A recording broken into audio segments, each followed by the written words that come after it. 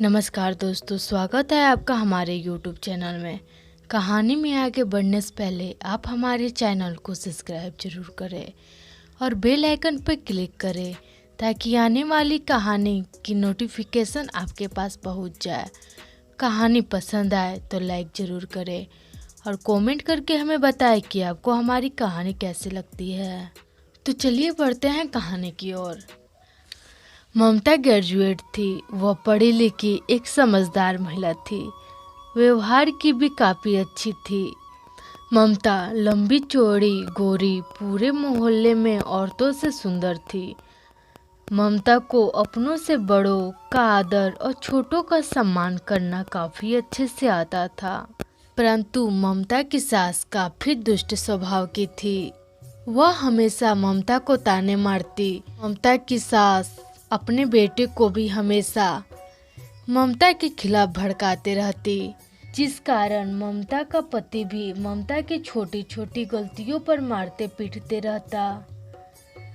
वह ममता का थोड़ा सा भी इज्जत नहीं करता, क्योंकि ममता का बार बार बेटी ही हो रही थी। ममता की सास बोलती, अगर इस बार लड़का नहीं हुआ तो तुम अपनी तीनों बेटियों को लेकर घर से निकल जाना।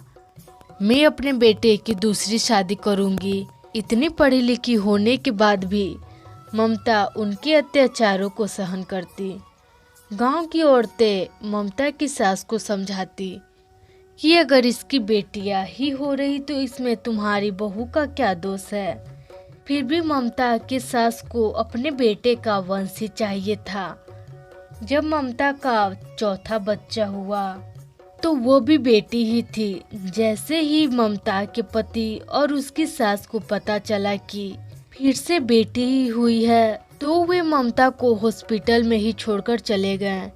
ममता और उसकी चारों बेटियां हॉस्पिटल में ही थी। जब डॉक्टरों को ममता की खबर मिली तो वो उसे हॉस्पिटल में दाई का काम करने के लिए बोले।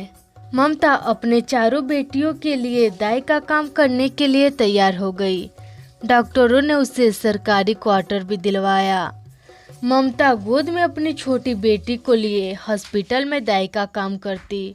उसी हॉस्पिटल में एक डॉक्टर था जिसकी शादी को 20 साल हो गए थे, परंतु उसका कोई भी बच्चा नहीं था। ममता की छोटी बेटी डॉक्टर और उसकी पत्नी को काफ़ी अच्छी लगती थी। डॉक्टर को मरीजों से थोड़ा सा भी समय मिलता तो वो ममता की छोटी बेटी के साथ खेलता। एक बार डॉक्टर और उसकी पत्नी ने ममता को उसके चारों बेटियों के साथ अपने घर बुलाया। डॉक्टर की पत्नी ने ममता से बोला, ममता, अगर तुम बुरा ना मानो तो तुमसे एक बात बोलना चाहती हूँ। ममता भी धीमी आवाज़ में बोली, हाँ हाँ मालकिन, बोलिए ना, क्या बात करनी है आपको मुझसे। डॉक्टर की पत्नी बोली, ममता, मेरी शादी को 10 साल हो गए और सभी डॉक्टरों ने भी मुझे जवाब दे दिया कि मैं अब कभी मां नहीं बन सकती। मुझे और मेरे पति को तुम्हारी छोटी बेटी बहुत अच्छी लगती है। अगर तुम चाहो तो हम उसे अपनी बेटी बनाना चाहते हैं और साथ में तुम्हारी तीनों बेटियों के भी पढ़ाई लिखाई का खर्चा भी हम ही देंगे। और तुम चाहो तो हमारे घर में ही काम कर सकती हो। इससे तुम्हारी बेटियां भी तुम्हारे पास ही रहेंगी। ममता भी अपनी बेटियों के भविष्य के लिए खुशी खुशी तैयार हो गई। डॉक्टर ने ममता के चारों बेटियों का एडमिशन अच्छे से स्कूल में करवा देते हैं। इधर ममता के पति ने दूसरी शादी कर ली, जिससे एक बेटा भी हो गया था। कुछ साल बीतने के बाद ममता की चारों बेटियां बड़ी होकर डॉक्टर बन गई। एक बार जिस हॉस्पिटल में उसकी चारों बेटियां काम करती थी, वही हॉस्पिटल में ममता की सास भी एडमिट होने आई।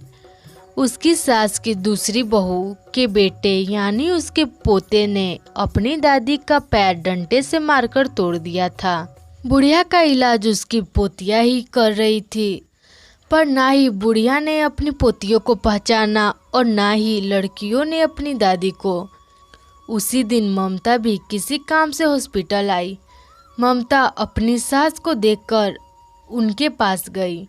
ममता की सास उसे देखते ही ताने मारते हुए बोली, क्या रे ममता, तुम्हारी चारों बेटियां कहाँ है? क्या तुम भी उनसे परेशान होकर उन चारों को मार डाला या कहीं चौराहे पे बैठकर भीख मंगवाती है? ममता अपनी सास की बात सुनकर मुस्कुराई।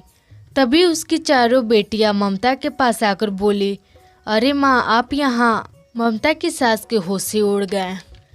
ममता मुस्कुराते हुए बोली, देखिए माँ जी, ये रही मेरी बेटियाँ।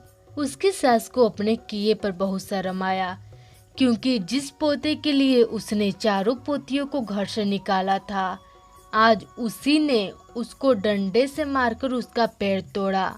और जिस चारों बेटियों को उन्होंने घर से निकाला था, आज वही उनका इलाज कर रही थी।